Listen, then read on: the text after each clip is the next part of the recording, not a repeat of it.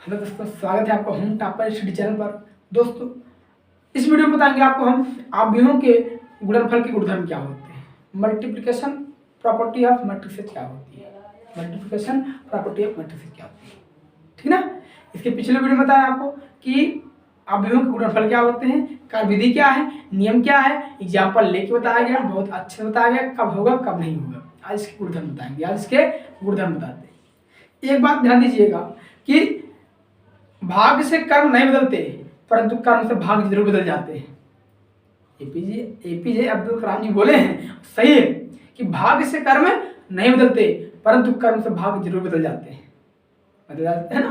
तो इसलिए कर्म अच्छा करिए, कर्म अच्छा करिए और सब अच्छा होगा। कर्म अच्छा करेंगे तो सब अच्छा ही होगा, ठीक है ना। देखते हैं कि आव्यूहों के गुणनफल के गुणधर्म क्या होते हैं। सुनिए पहले कि इसका जो गुणनफल होता है कर्म विनिमय नियम का पालन नहीं करता। आव्यूहों का गुणनफल कर्म विनिमय नियम का पालन नहीं करता। नंबर 2, आव्यूहों का गुणनफल साहचर्य नियम का पालन करता है। नंबर 3, आव्यूहों का गुणनफल वितरण नियम का पालन करता है। 3 में 2 का पालन करता है, 1 का पालन नहीं करता है। वही हम बताने जा रहे हैं। पहले इसके निम्न गुणधर्म है, निम्न गुणधर्म है। निम्न गुणधर्म कौन कौन से कि आव्यूहों का गुणनफल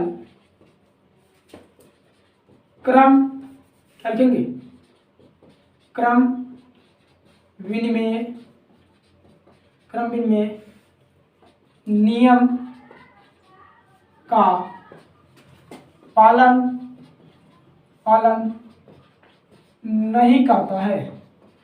नहीं करता है, पालन ये होगा यदि 2 आव्यूह ए और बी हो, यदि अर्थात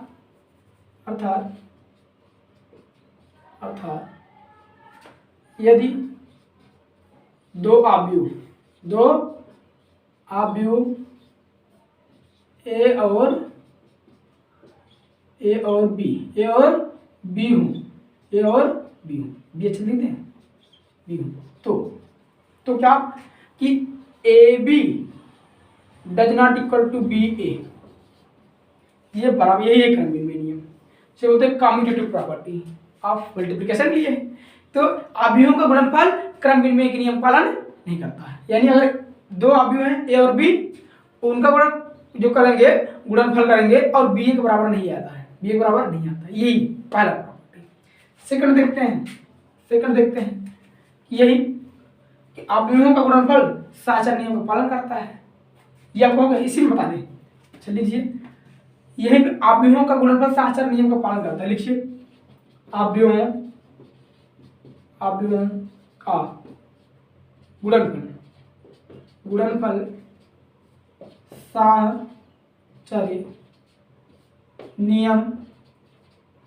साहचर्य नियम का पालन करता है प्रॉपर्टी। तो यदि साहचर्य नियम यानी एसोसिएटिव प्रॉपर्टी, इसमें 3 आव्यूह होंगी। यदि अर्थात यदि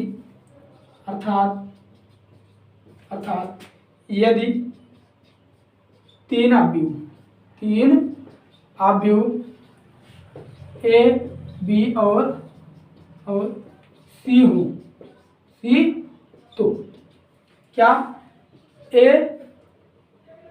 B into C is equal to A into B C, यही तो है साहचर्य नियम।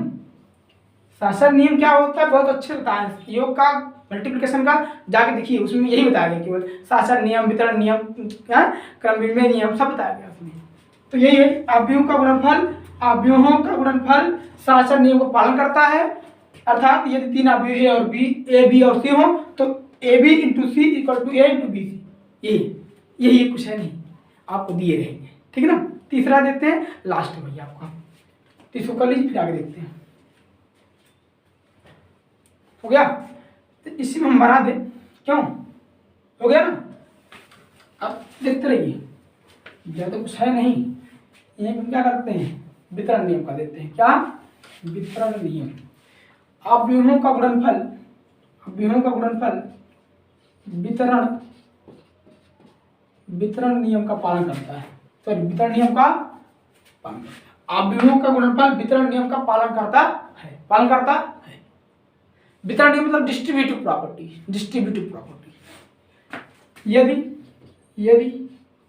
यदि तीन अर्थात कह सकते हैं अर्थात ठीक है ना, अर्थात यदि तीन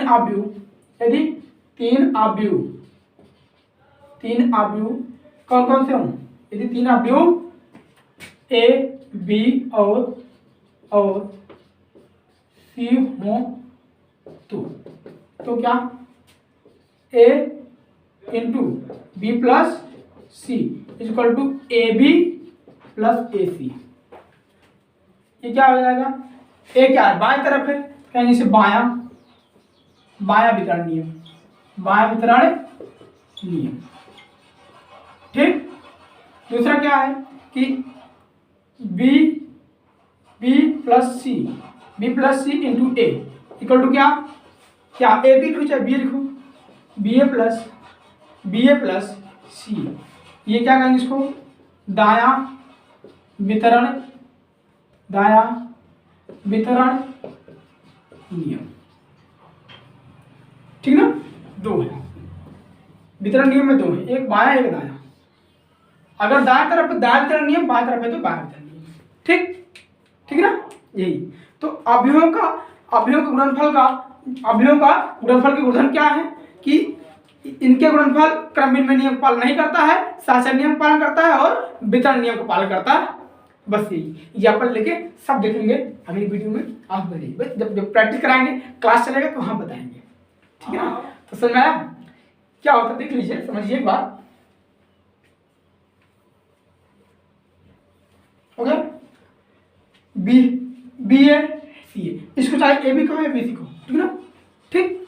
अगर इसको आप अगर ये लिखना चाहते हैं कि ए बी लिख दें प्लस सी ए लिख दें, ए सी लिख दें, तो कोई दिक्कत नहीं, इसके स्थान ए बी कर सकते हैं हम, इसके स्थान पे ए बी कर सकते हैं, कोई दिक्कत नहीं। यही था समझ में आया?